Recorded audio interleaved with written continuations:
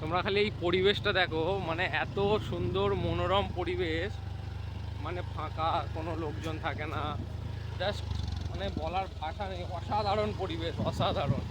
এখানে ছোটো একটা বসার জায়গা করা আছে, রাস্তাটাও বেশ ফাঁকা। কিন্তু কাকা এখানে গাড়ি তো যাবে না। চলো যাবে কাকা, এটা দিয়ে যাওয়া যাবে? হ্যাঁ, এটা দিয়ে যাওয়া যাবে না। চ সোজা চ। ওদিকে রাস্তাটা একটু ছোট আছে, তো ওইটা দিয়ে যাওয়া যাবে না। আমরা এই রাস্তাটা দিয়ে যাচ্ছি। দেখা যাক, এই রাস্তাটা আগে কোনোদিন আসেনি, কোথায় যাচ্ছে রাস্তাটা।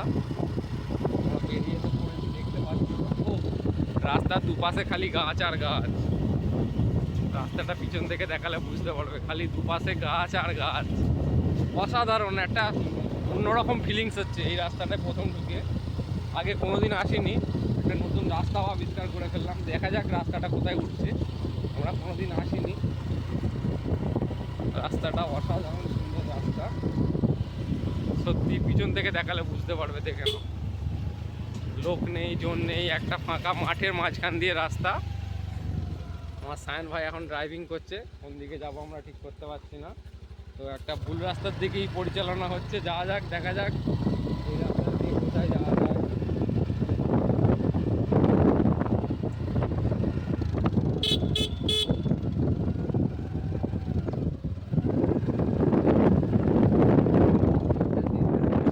চ চ চ,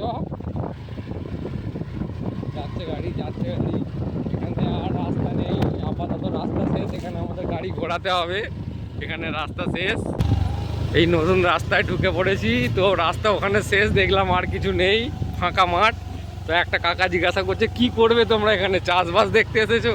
আরে আমরাও তো গ্রামেরই ছেলে, চাষবাস তো আমরাও সব কিছুই জানি।